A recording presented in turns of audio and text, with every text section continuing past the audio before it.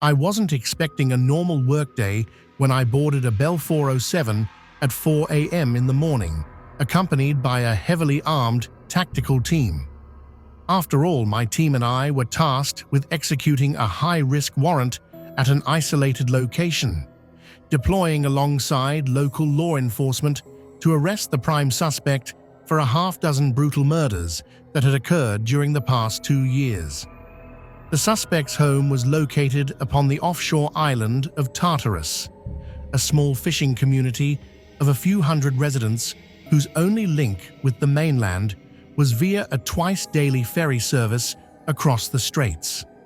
The isolation of the site posed logistical problems for our operation. No one could come in or out of the community without being noticed, and we wanted to give our target as little notice as possible of our intentions. It was therefore decided to deploy a small assault team by helicopter, which would coordinate a dawn raid upon the suspect's home, hopefully catching him unawares.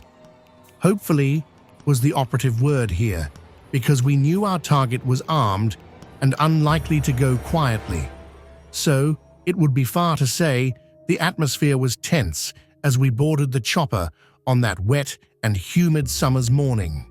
I was apprehensive for sure, but also excited and pumped up with adrenaline.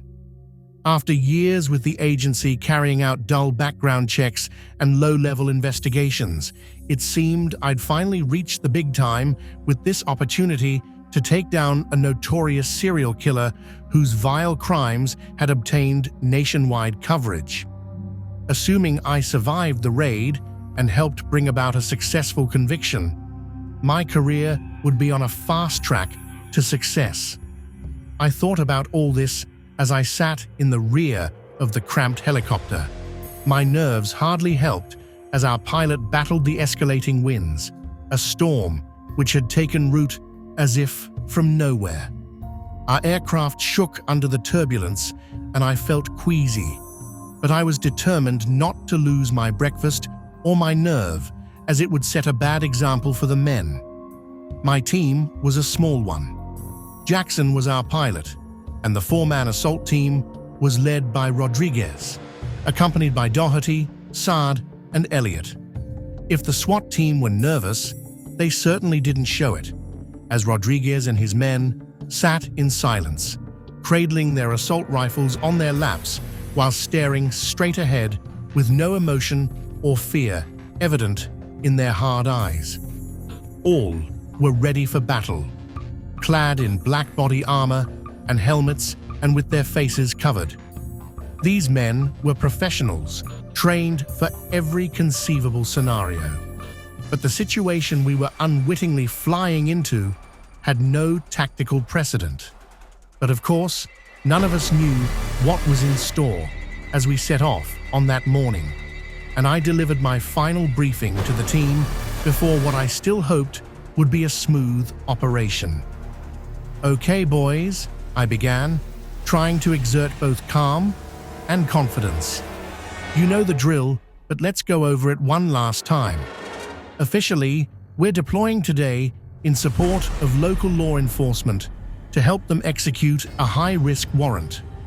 However, the Tartarus Police Department consists of one elderly sheriff, a year off retirement, and a part-time deputy. Therefore, it's safe to say we'll be taking charge of this operation. Our target is one Joseph Kane, a long-haul truck driver who travels back and forth from the island for work. He has a lengthy record going back to his teens: larceny, assault, and drugs possession, but never anything on this scale. Nevertheless, we have good reason to believe Kane is the so-called interstate killer, and we can link him to 6 murders committed over the course of 2 years. I paused momentarily to let this sink in, making eye contact with each man one by one before continuing in a more serious tone. You've all seen the crime scene photos and read the autopsy reports, but it's worth remembering the kind of monster we're hunting. Stopping once more, I saw the vile images in my head as I listed off the names I'd come to know so well. remembering the sickening and gory scene I'd witnessed on that fateful morning when I was forced to survey a little piece of hell brought to earth.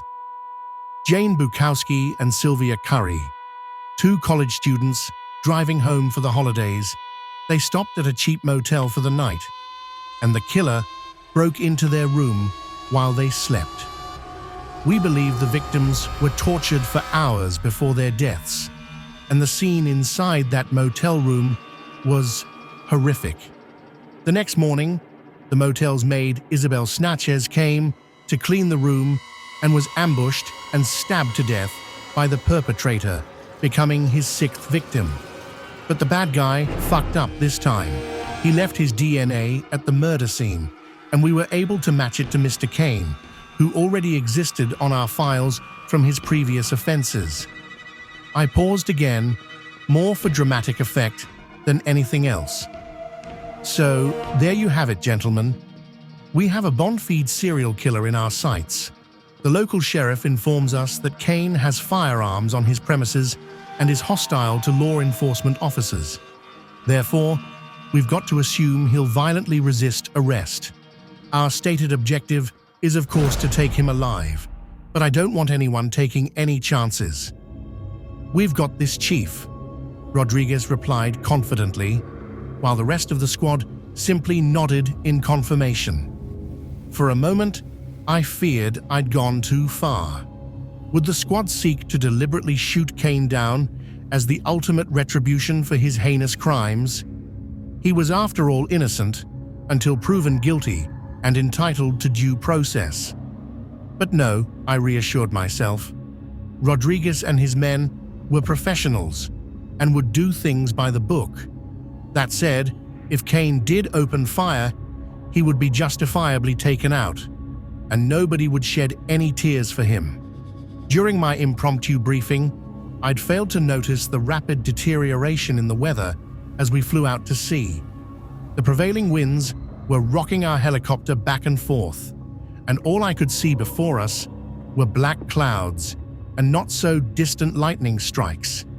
"Jesus," I swore, leaning forward so I could speak with the pilot in the cockpit. "Jackson, what the hell is this?" I asked. "I thought we had a clear forecast for this morning." "We did," the pilot replied defensively. "This damn storm just came out of nowhere." He paused for a moment to struggle with the controls as a sharp crack of thunder was clearly audible in the close vicinity. "We might want to consider heading back, Chief." I felt a wave of panic come over me as I thought this carefully planned operation, my operation, could fall apart due to something as minor as the weather. "Negative, Jackson," I responded firmly. "The sheriff and his deputy are waiting for us on the ground. We know where Kane is this morning. If we call off the raid, he could slip through our fingers and kill again. We must execute the arrest today."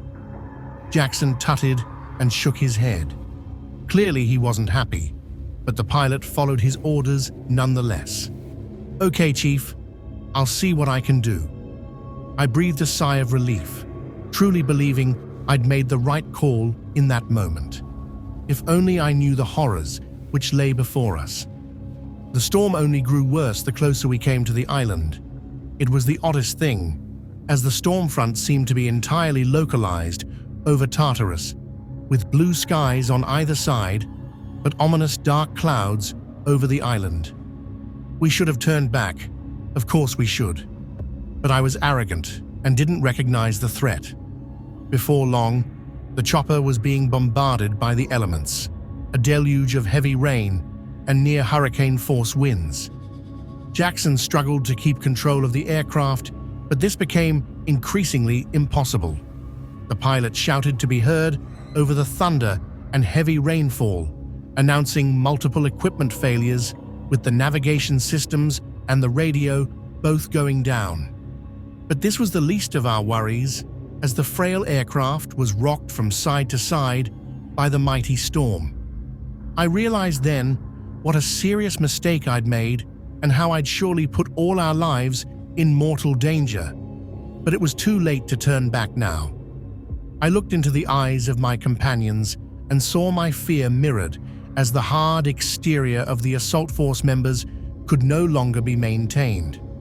Suddenly, there was a flash of lightning brighter than the sun, closely followed by a mighty explosion as our chopper was struck. Grown men screamed in terror as the aircraft spiraled out of control. Jackson shouted into the radio, "Mayday! Mayday! We're going down!" But no one could hear him.